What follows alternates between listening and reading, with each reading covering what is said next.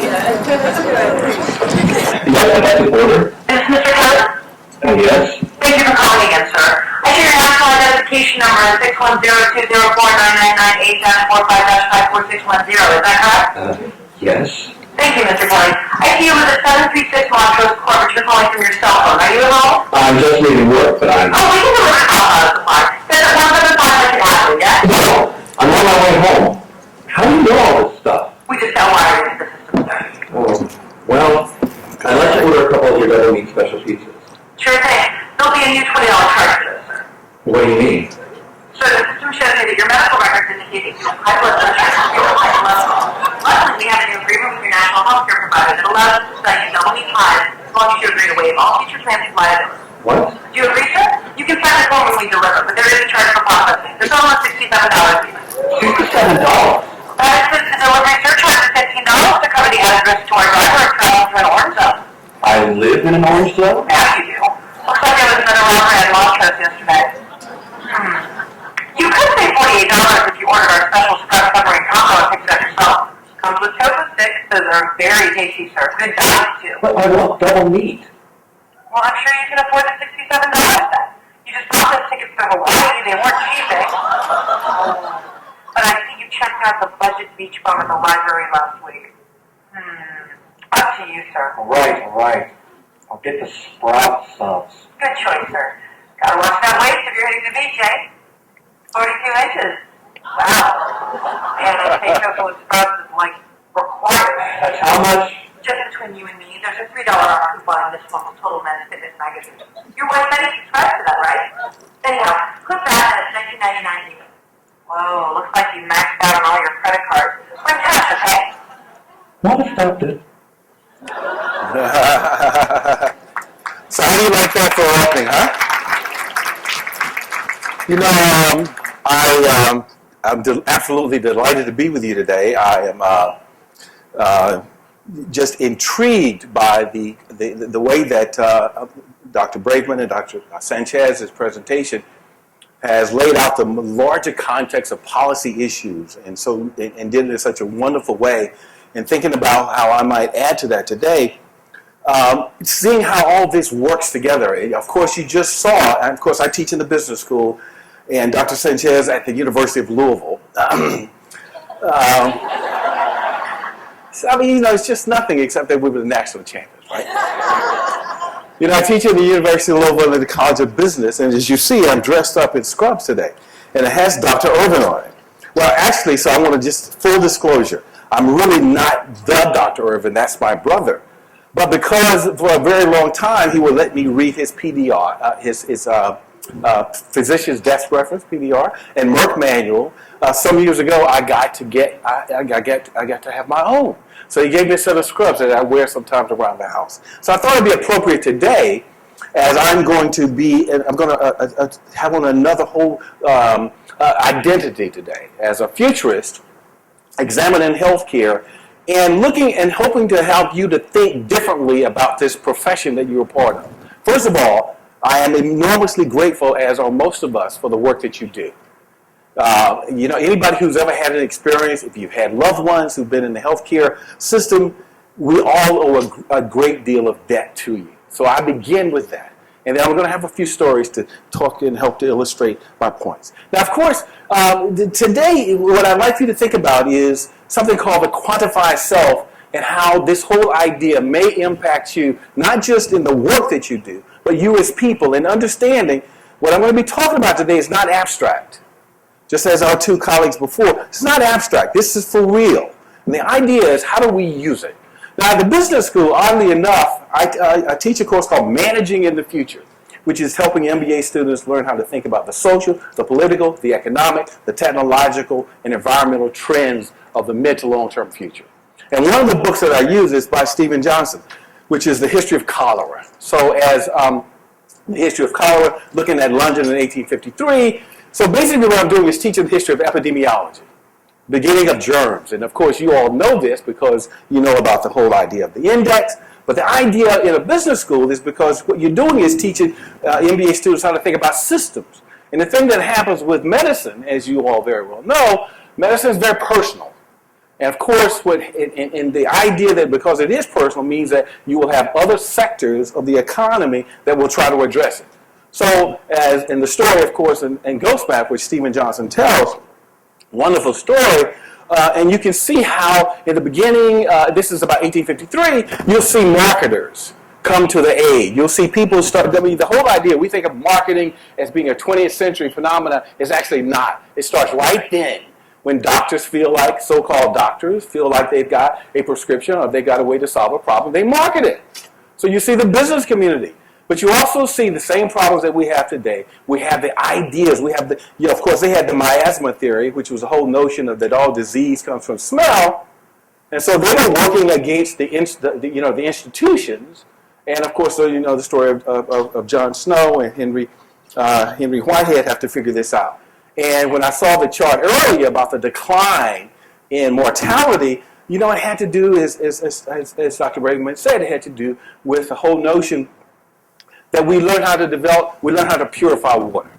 There's something that came completely outside of the area. Now, moving forward, there he is. Isn't he like isn't that like a beautiful baby? Right? It's like Holly, that's like 1952, probably, okay? So there he is being held by the gorgeous one, his mom, right? And there's his dad, right? But then there is something that happens to him in 1955, September 17th. The little boy walks off of his grandmother's front porch in Augusta, Georgia. He swings at a golf ball, misses it, hits a piece of glass, and it goes up into the air. And for the rest of his life from that point on, Latasha, he is blind in his left side. That's me. Right? Blind in my left side. Now, the reason I can see a little bit even is because of a doctor, William Steed, who at that time, and you can imagine in Augusta, Georgia, the blacks go this way, the whites go this way. But this one white doctor who, and I'm not telling you the whole story, this one white doctor crossed the lines, saving my sight, the little sight I would have, saving my eye at age 4. That tells you about the role that human beings play, even in the midst of social and political structures, changing structures. Human beings have a role. Now, I'm saying that because later on I'm going to say that the roles that human beings play is going to be different. The thing that I take from that experience and it informs the way that I teach, the way that when I'm examining social, political, economic, and technological trends, and the thing I want to leave with you is this, which is how you'll get something out of this experience today if you begin to understand because you have eyesight doesn't mean what? That you aren't blind, okay? And the other thing, there's another part that goes with it. Being blind doesn't mean that you can't have vision. Okay? Can't have vision. Now, we don't have enough time for me to do this. But have you seen this dancing girl? You seen this experience? Okay, this is one where, if we have more time and we go to the website, you'll see half of you will swear she's clockwise, the other half will say she's counterclockwise. It's a great experience. You should see it. You'll do it later. But the whole point of this is that each one of us will see things, we see things with our mind, and that's particularly the truth when it comes to the future. You're going to have things that are built in. That's part of why it's so difficult to change healthcare. Because it's so difficult to change politics, because we have these ideas that are built in with our assumptions. And the mind, of course, we can see things with your eyes, but it's the mind that makes it more difficult to accept how to change. But the real discovery is how do you see what you've been looking at with a new set of eyes. So the whole thing today, and by the way, I've got prizes, BJ, if you give me good answers. Okay? I got prizes. I got good stuff. Right? What does it mean to live and work and think about health in a very different world than the one we're in today? Got that, Sandra? You didn't say anything. Say yes. Yes, okay, good. Because I'm the son of a Baptist preacher. Okay. So here's the thing. We just saw when he was 1951, there he is at age 6. And here's what's already happened to him. Now, that same little guy has to answer these questions. Who owns his genes? Can you imagine a question like that? Who owns his genes? Of course, the Supreme Court today is dealing with that very issue, if you heard NPR. Myriad, and the BRCA gene, and the whole notion of who owns genes, who owns you. And then, of course, you see on this company here, 23andMe. How many of you have already spit? You don't even know what that means? Come on.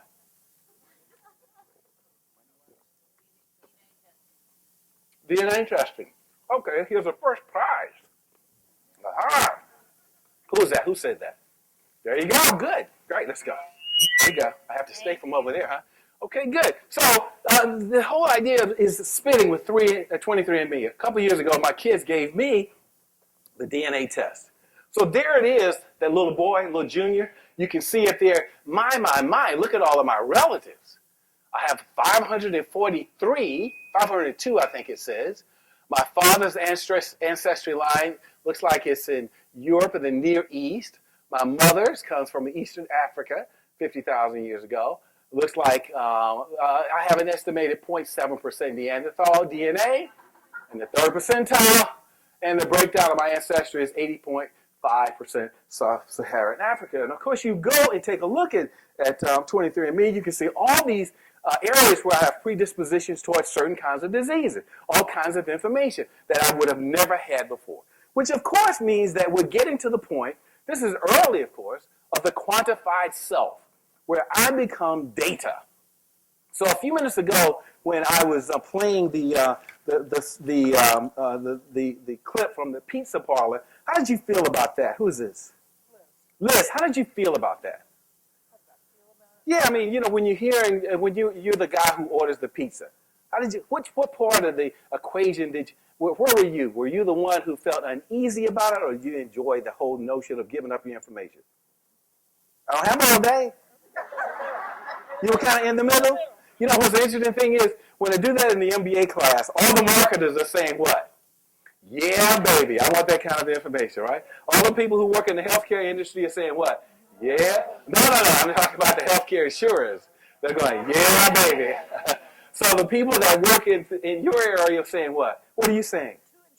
Too intrusive, right? So there you are. You're in the sweet spot right there, right? We want to give up. We give up information all the time. We have marketing companies that take that information and use it all the time. It's all becoming data. And so we have all these conflicting senses. You can act as, in other words, you can act as a professional. You can act as a person who works for a business or a company. You're trying to get a competitive advantage. But then when you get back at home, you're going, I'm not so glad. I'm not so sure I want you to have all that information about me. Well, look, get over that. All right, get over that. Then there's this other thing about Nat. So now he finds out his haplogroup, that one right there, the U1B2, R1B1B2, A212D2D with a little asterisk. Turns out there's a very specific kinds of group where my paternal father came from. There's apparently a small Russian village, Bashortistan. And we're not sure exactly about that. But now if I go to Facebook, you'll see this group is actually communicating with everybody who's like me. So now I've got a whole other sense of data of self.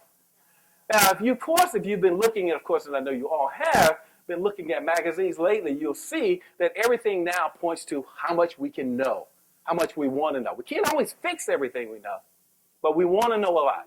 So there you can see the baby. Want to know my future? There you can see drugs of the future, the DNA. We got the IQ gene. There we are over there. We see the 2030, the future of medicine, Richard Barker. Then you hear the future of medicine, another special issue, how genetic engineering changes us in the last century. All of this. Then, of course, you see the provocative slide here, just the social aspects of what does it mean to be healthy with the mom and the child. And then, of course, of a scientific technology review from MIT, the next generation of technology. Then one of my favorites, which is where I'm taking you today, is out to about 2045. And but you know, you don't have to think like that exactly, but just to give you a sense of understanding that the future is not abstract. This happens. This is happening. You cannot be isolated in your own world of thinking, of course, because of the good work that you do, that there are not external forces that are impacting it that have nothing to do with you. They're not asking you for your permission. They're going right ahead. Okay? That's where we have to think about. Okay? So now this means you'll hear something, and as I said, I teach this course called Managing in the Future. That's the cover page. Can you imagine that? That's the cover page of the business school professor's class. Merger of man and humanity. Okay? So you can see, and you'll hear a lot about a term called the singularity. And it's a description of when technology goes faster than human beings have ever experienced before. It's not the same thing as 100 years ago, when we start to use electricity, or 100 years ago when we finally understood that lightning is not caused by God. It's not quite like that. This is a little bit different. This is when machines that we've literally created began to have an intelligence of some kind. And we use them, of course, in health. So one way to think about that is, listen to this, by 2030, the computational power, the equivalent to the brain power of a suburb of Louisville. This is looking at what's called Moore's Law and applying it to computers, how fast it will be. You can look again and see by 2050 it becomes the equivalent total brain power of the United States. Now, this is not abstract. All it's doing is, because you have these smartphones, you really do have access to this same kind of intelligence, this same kind of speed. And look at this, by 2060, these are just all, it's as if everything goes as planned. Maybe it won't be quite as fast, doesn't matter. You get to see the whole point here. Now, paging Dr. Watson. How many of you are familiar with Watson? Come on, you're kidding me. Okay, all right, so you are familiar with Watson. You are? All right, well, Dr. Neptune, of course you are. I'm not giving you a prize.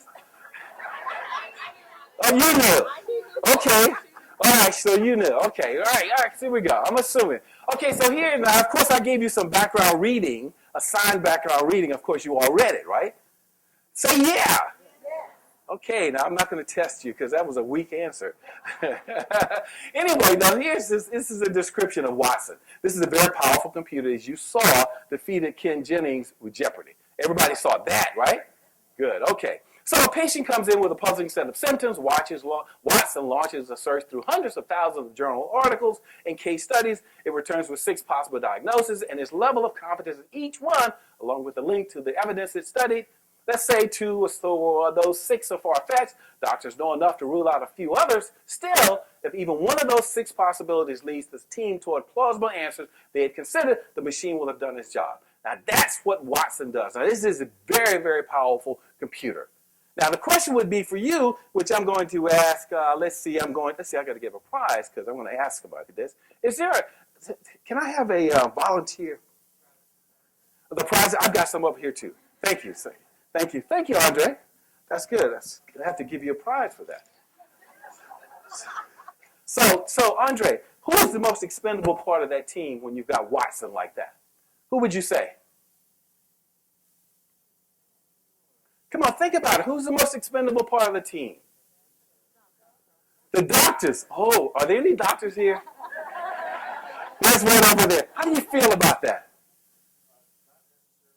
Not necessarily true. Excellent. Okay, well, of course, you see Sherlock Holmes says, elementary, my dear, Watson. Of course, now Watson already has, so you can understand this, already has a Twitter site set up. You can follow Watson.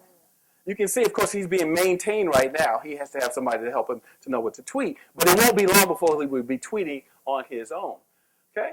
Studies show, Doc, that humans are good at taking a relatively limited list of possibilities, using that list, but they're less adept at using huge volumes of information. That's where Watson shines. Taking a huge list of information and sort of winnowing it down. Doc, would you agree with that? You would. Thank you so much. I got to give you a prize. So, tools like Watson, less prone to failing. Eventually, they become as ubiquitous as doctors' offices as a stethoscope. Now, think about this now. This is what you will have as part of your repertoire, your knowledge base. This is not abstract. This is now. So, if we can give Watson information in the healthcare arena like we've seen with more general source of knowledge information, I think it's going to be a huge, extraordinary tool for clinicians and a huge advancement. So we've got this new thing that human beings have developed. Very, very powerful. Okay? Now, of course, what this is initially when we start to think about artificial intelligence, and we've seen it in other industries, it wipes out jobs, right? Everybody's worried about it wiping out jobs.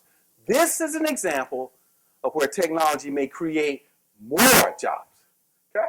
More jobs, more opportunities, more opportunities.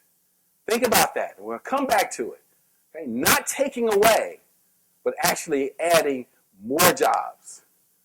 Yes, more jobs. Now, of course, the other thing that's interesting is other countries, which is, I was so glad that my colleagues mentioned this, other countries, now they may not have Watson, but they're already starting to change the way they think about how do you do what you do. How do you have to, you say you're not encumbered with the structural political system that we have. can you try some other experimental things? Now, just imagine in your mind, if they have access, which they will, to Watson, how might they do things differently with it? Leads you to the question of who versus what. This is trying to get you to think about it will have an intelligence of its own. And sometimes now, even as we say Watson, what we're saying is who. We're saying who as opposed to what. Okay? Think about that. Now, let's see.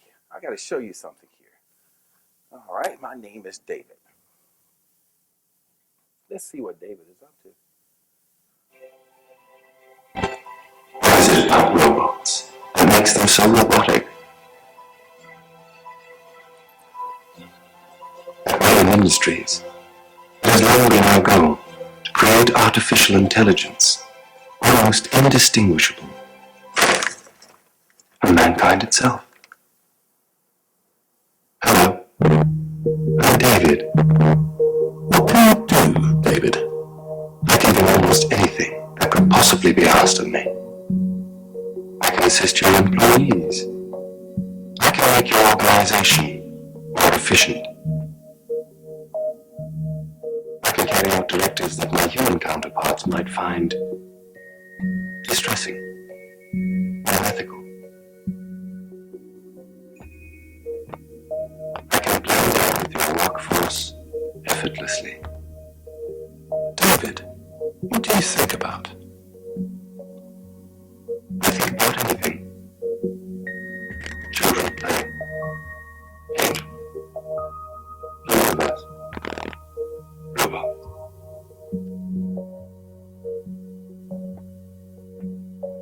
David, what makes you sad?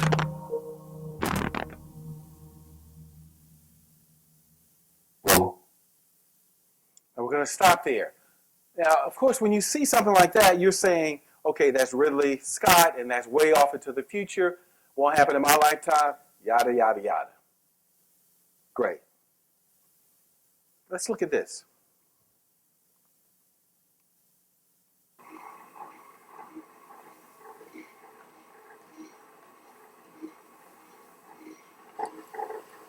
Okay, having seen that, Andre, I'm coming back to you. What's happening in that scene?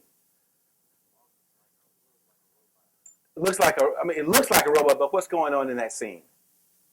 Come on, Andre, this is your age group. Robin, what's going on in there? He's walking. Who he's walking? I mean, I know. Okay. What's that? Go ahead.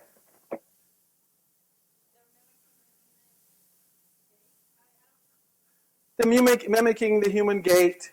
They're working on maybe it's a guy working on a kind of a suit, right?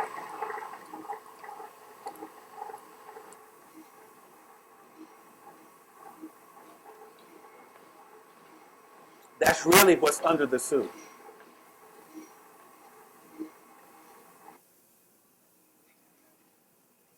Okay, but this is now.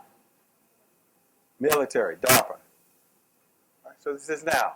This is an example of, and there's so many other examples of looking at the advancement of robotics. In fact, one of the ways you want to think about this is just an example, looking at how, look at this structure. Now, coming toward healthcare, you're going to see, and this is not in the future, this is now, won't look like this, but the use of artificial intelligence coming closer toward human beings to help you do things that otherwise, say for example, there's a great case on the West Coast where people who have a chronic illness or somebody who's a paraplegic, who has certain kinds, has certain kinds of help, needs certain kinds of help, but doesn't really need a human being to be with them for the entire day. We had a great case the other day where the gentleman was talking about he just needed to be able to scratch.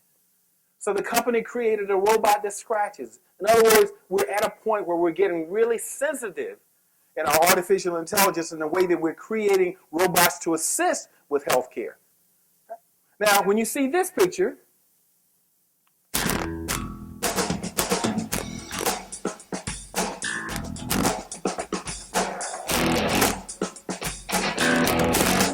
now, what are you thinking there? Somebody, hurry. Come on, we don't have all day. What was that? Somebody said, who said it was a very good robot? You think that's actually a robot? You do. It's a hologram. Okay, that's great. So you think it's a robot. Okay, because I'm up to no good, right? That must mean what it is. I'm up to no good. So let's just see. All right, well, maybe.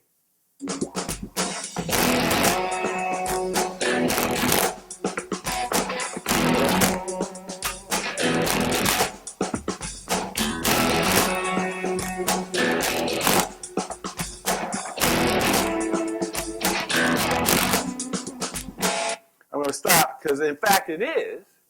And there's the real guy to your left. So you can see when we began to create images that look like ourselves, began to mimic the human behavior, we'll get more comfortable with these new technologies. So we're dealing with the quantified self. And you'll see now this whole idea of what's called the measured life. The idea of measuring everything about ourselves when we move and become our data. So you can see there's a whole group of people, there's something called the quantified self movement that started about 5 years ago. People, human beings, who are measuring everything about themselves. Everything. And so how many of you have jawbones? Are you carrying a jawbone with you today? Anybody? Oh, look at that. Look at that.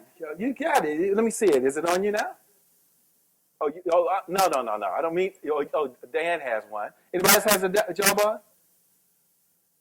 Who else? Dan, what do you do with yours? Oh, you have one. Okay.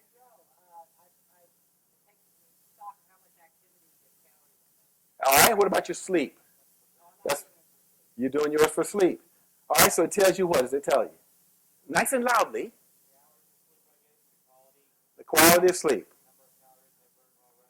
All right. So then you'll see, and I'll show you some other examples of where people are measuring. Do you consider yourself to be a part of the quantified self movement? More personal data. All right.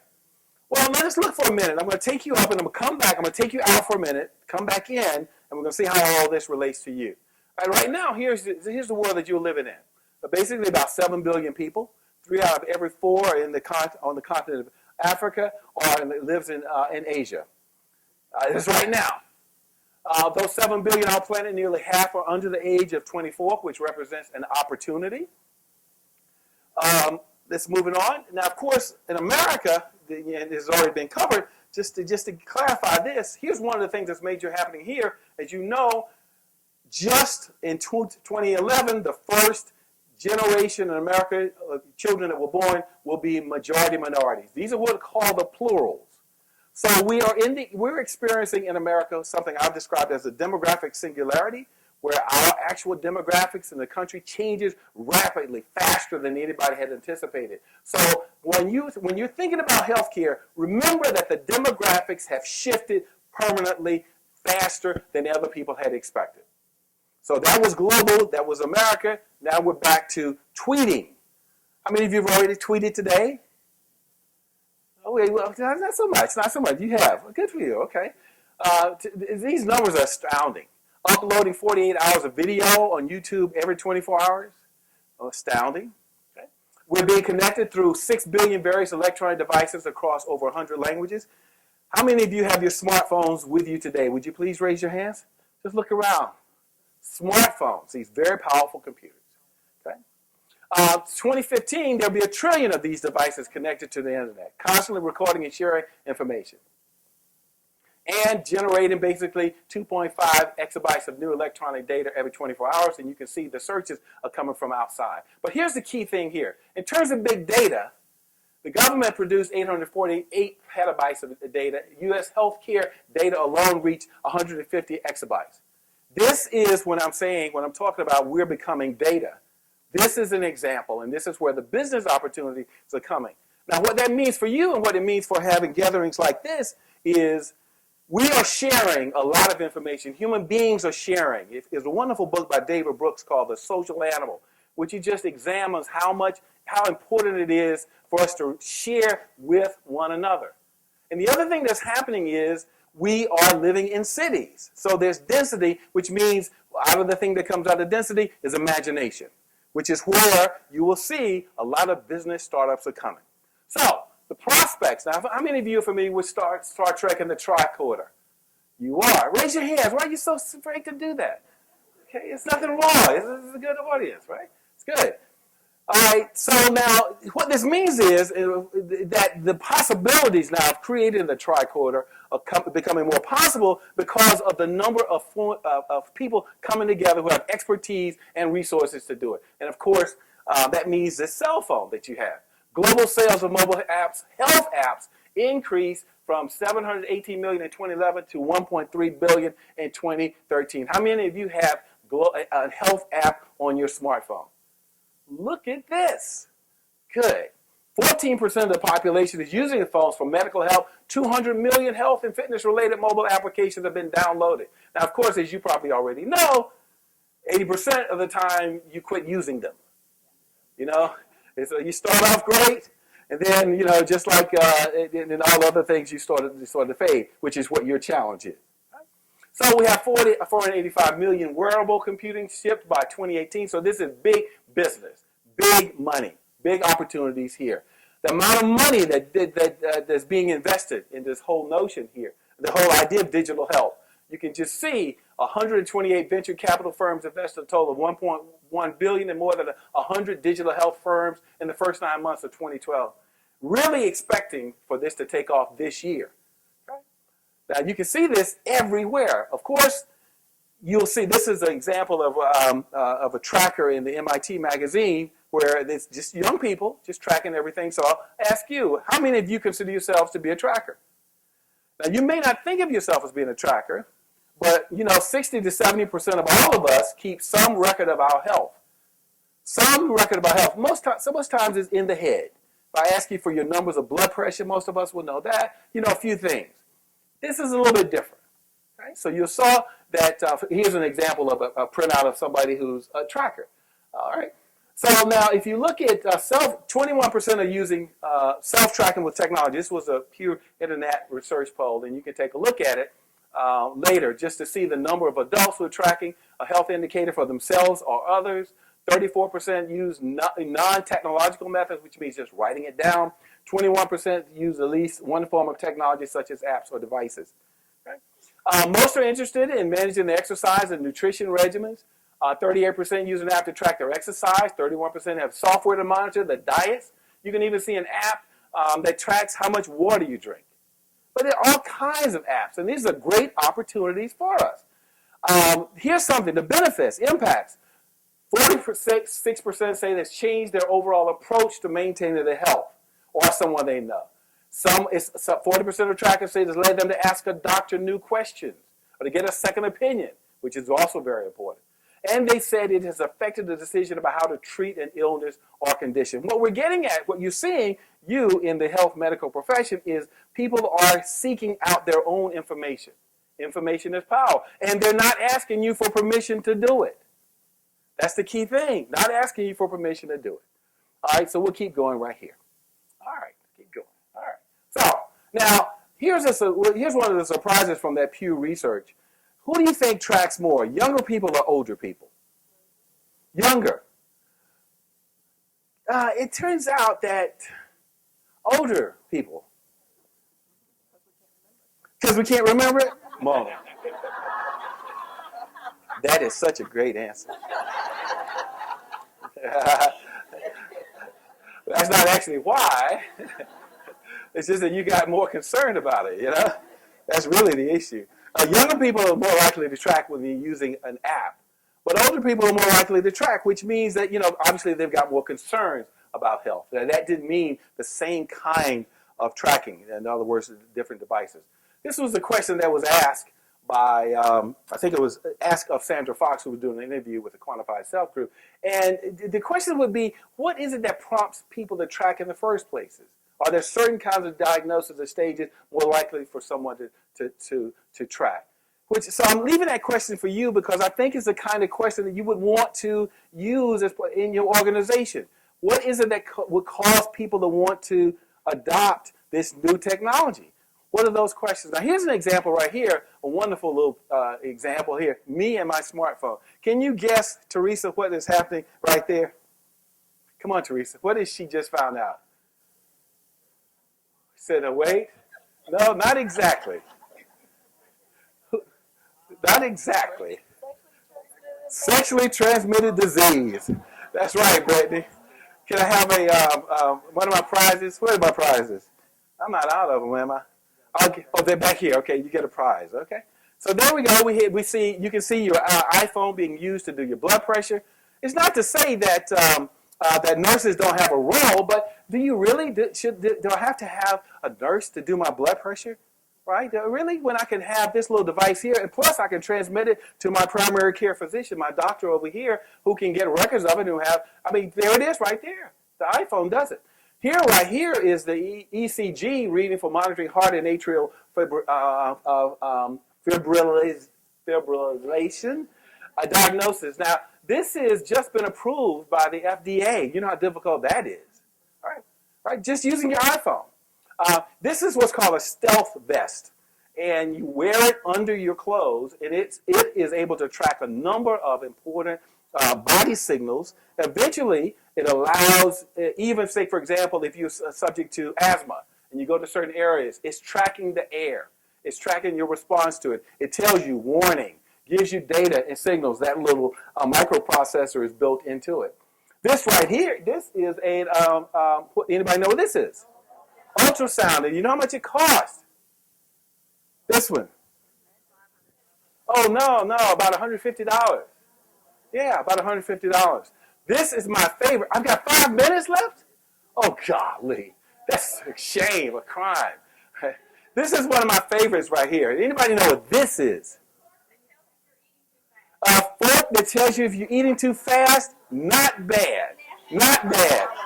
Not bad. Where's my calories? It actually tells you to stop eating. Yeah. Right? Isn't that something? You need to give those folks out to a lot of people, right? Stop, Right, stop, right? Right, stop. Here's one that does the glucose.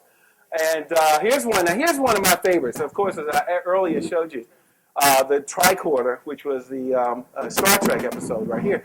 This is what's called the Scout. This is developed by a company called Scannendow. And let's take a look at it, okay? See what Scout is all about. Hope everybody can see this. Really, just see if we can get this, okay?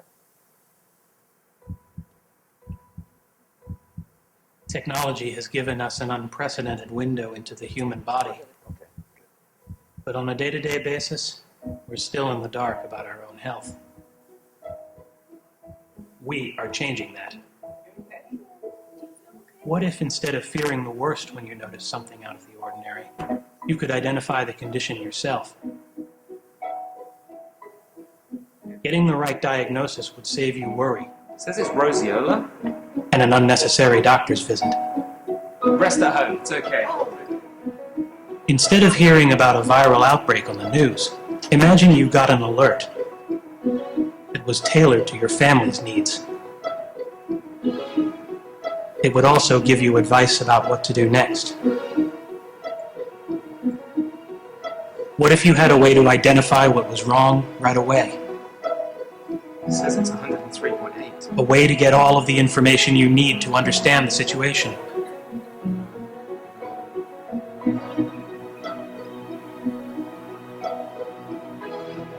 And in serious cases, you would know when and where to seek help. It recommends taking it to urgent care. We're building a way for people to check their bodies as often as they check their email. It's all possible, and it's only the beginning.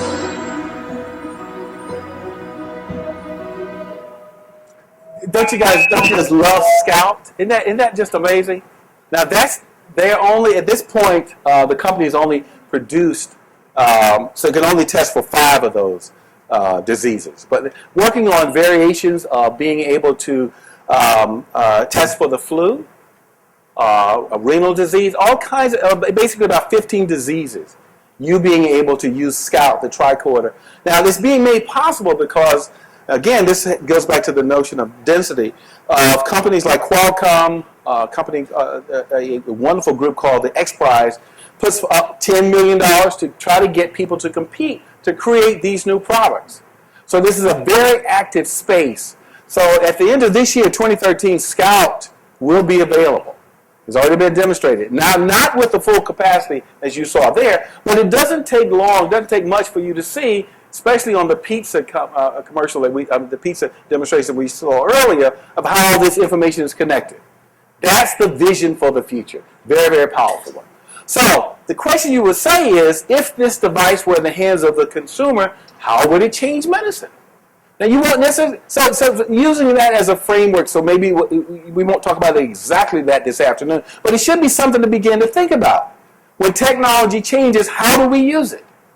And because people will be using it without asking you for your permission, the question would be, how do you bring that into your organization? How do you use it to change your organization? How do we use it to change the structure of healthcare outside of it? So let me just leave you with a few other statements from people who are talking about this. Finally, digital health may be the best and most efficient way of getting out of our healthcare mess with smart and cost-effective solutions. That is, thinking about digital health. Before Google, information was power. Now we all have it. Healthcare can benefit from the same disruption. It's going to mutate, be hacked by evolution, and become a more efficient version of itself, a version where the patient will be discovered as the most underused resource. One area that I think we'll see some significant early stage growth is in the first generation of machines learning software and services. They will manifest in the form of smarter wellness fitness coaches and more robust clinical decision approach. Finally, take two algorithms and call me in the morning. Thank you, ladies and gentlemen.